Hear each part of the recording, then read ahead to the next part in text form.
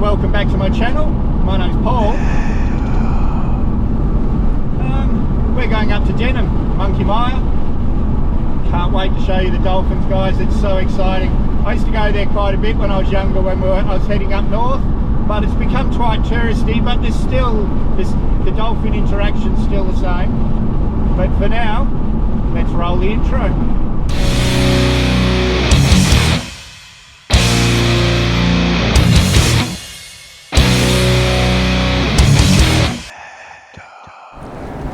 Sorry guys, I've got to put my glasses on for this. It's bright as anything.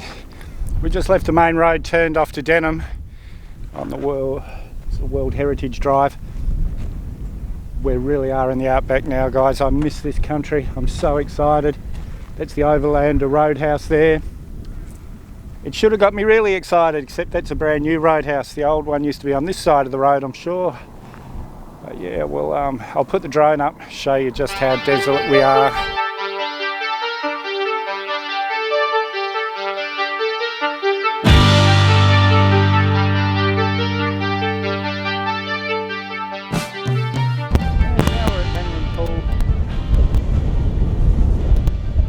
The boardwalk was damaged in the same cyclone as Calbarry, but all these little black rocks you can see here are actually Stromatolites, and there's microbial mats here. And if you remember in the Mandra video, I showed you the thrombolites, which is one of the oldest life forms on the planet. Well, the microbial mats, many scientists believe that was the beginning of life on Earth. But all these Stromatolites are close cousins to the thrombolites. Unfortunately, because of the cyclone, they've got to protect it until they can fix everything, but yeah, it's really quite impressive. I'll put up the drone.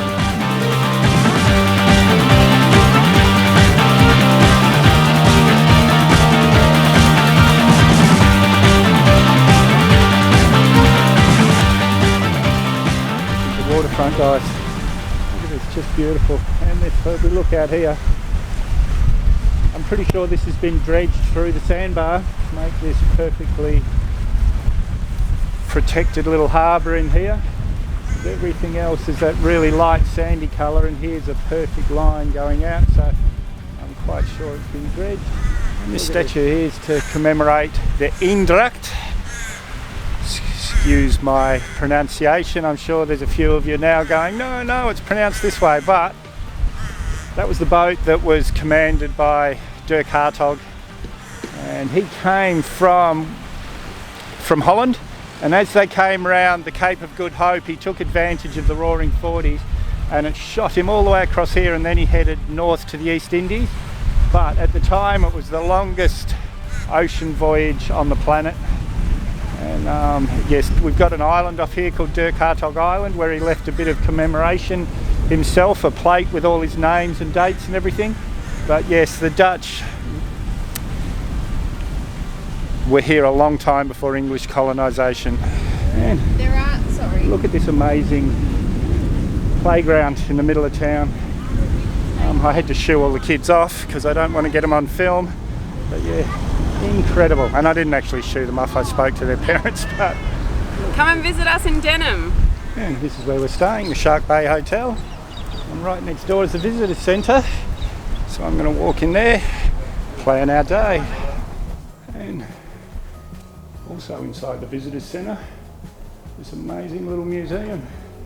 Yeah guys, so when you're coming to this visitor centre, give yourself an hour or two to, well, an hour at least, have a good look around.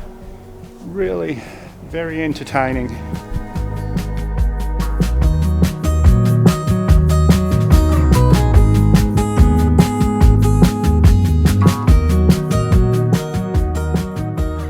you remember in the Geraldton video, I took, in fact, the thumbnail for the Geraldton video is the HMAS Sydney Memorial. Well, this whole part of this in the visitors centre is all about what happened, how the Sydney was sunk, and I'll show you outside it's in a minute. There's actually a memorial out there for everyone that died, and this wall here is the memorial for the HMAS Sydney. Every name on here were the people that lost their lives. More here.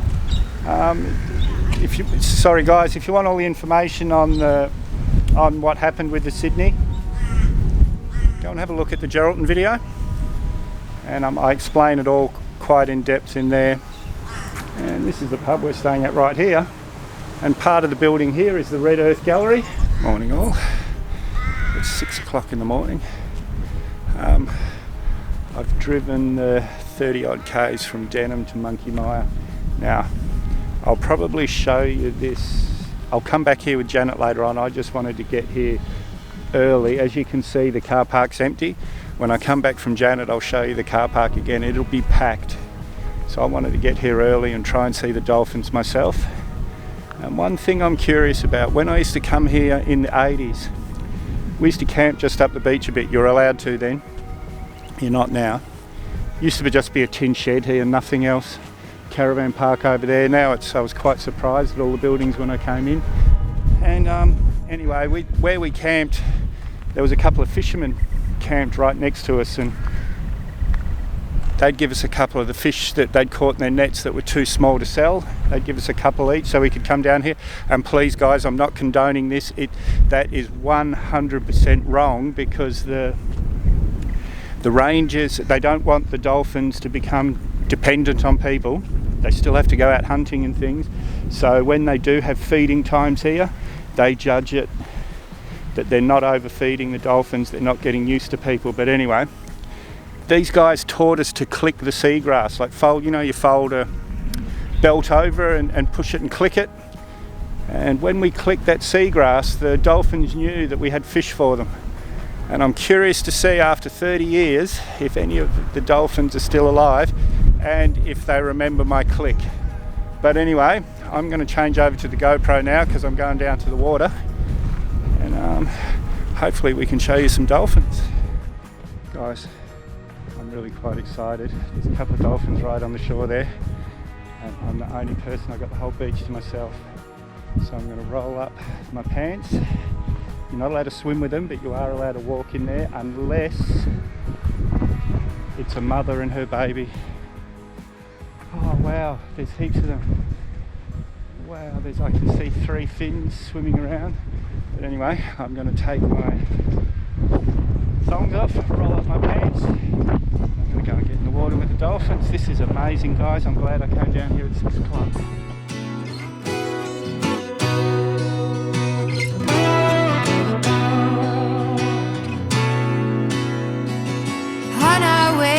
Redemption. I forgot to mention that I have a strong urge to thirst. So in the 1940s, the dolphins used to hang around the fishing boats. They got used to getting food, but then later on there was a lady that lived down here, and she started feeding them on the beach here, and they just started coming in, and now they come in all the time. In the 80s, when I was there before, there was no real regulation on how much fish that was fed to them, so they weren't teaching the babies how to hunt. So there was a whole generation of the dolphins never learned how to hunt. So in the early 90s, they made the rule. They give them about 300 grams of feeding, and a dolphin, I think, needs 10 kilos of fish a day to survive. So that 300 grams is hardly anything.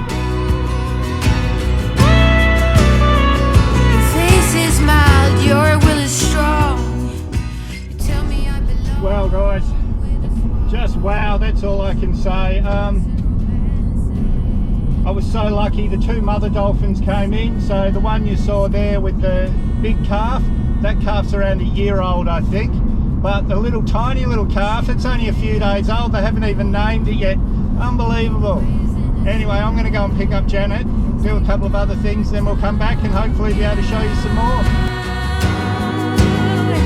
Draw a line in the sand just because I can.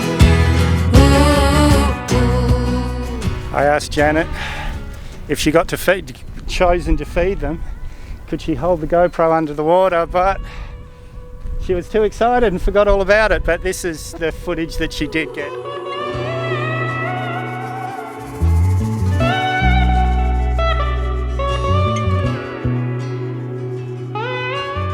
And now we're at the little lagoon, just out of Denham on the Monkey Mia Road. I want to take this opportunity to thank the local Mangana people, sorry if I'm pronouncing that wrong, for sharing this amazing country with us. Just amazing. Well, I set the drone up to go for a fly over the lagoon, show you just how beautiful it is, but it's a no-fly zone. The airport's just nearby, so that you can see from here, just gorgeous.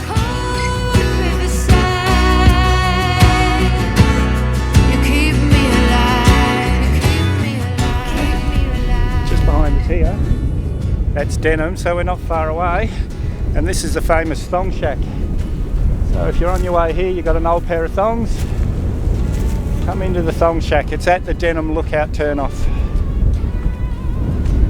And I don't know how well you can hear me, guys, because the wind's blowing straight in, but this is the Denham lookout. That's Denham there. If you look down, if you can see down there, that's the thong shack. Look at this, guys, just gorgeous.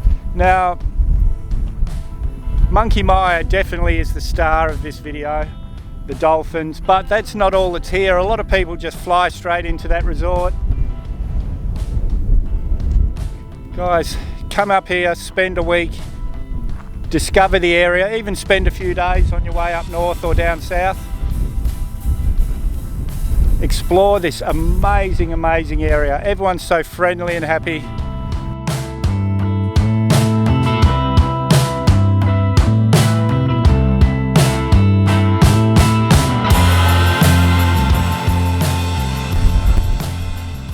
On our way back to Perth, but about 10 minutes out of town, out of Denham, we've got the Ocean Park Aquarium, and I've been there before, guys. It's well worth stopping in. We're in a bit of a rush, 8 hours drive, but they feed the sharks every hour, and that's a really exciting thing to see, so it's well worth stopping in, guys. We love Denham! Perfect. And guys, just outside, maybe 20 k's out of Denham, is Shell Beach. The whole beach is made up of these tiny little shells, and if you look over across my shoulder there, this big fence, and we'll stop just up the road here and show you the fence properly, but it's Project Eden. I'll explain when we get there. Okay guys, so this impressive looking fence here, this is Project Eden, the whole of the Cape. This fence runs all the way along the Cape and even goes 100 yards, about 100 metres into the water at both ends. And any cats or foxes, any introduced feral animals that they find on this side of the fence, they're euthanised.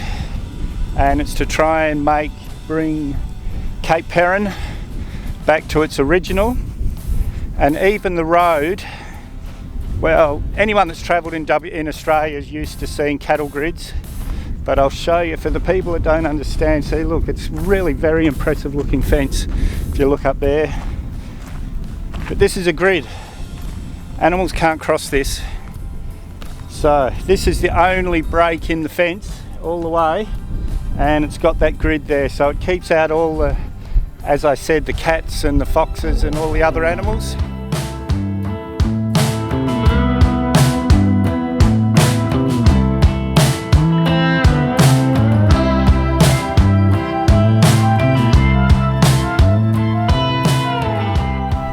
What a weekend that was, unbelievable. Janet's still smiling after feeding that dolphin. Most people expect the desert to be these big sand dunes with nothing on them, and we do have deserts like that in Australia, but most of Australia's deserts like this. These plants, desert's been around for so long, these plants have adapted to not need much water. But anyway, if you haven't subscribed yet, guys, hit the Mad Dog icon up there or the subscribe button down below. Leave a comment. I always try and respond to all the comments. Give me a big thumbs up, share this video everywhere you can, and we'll see you in the next one.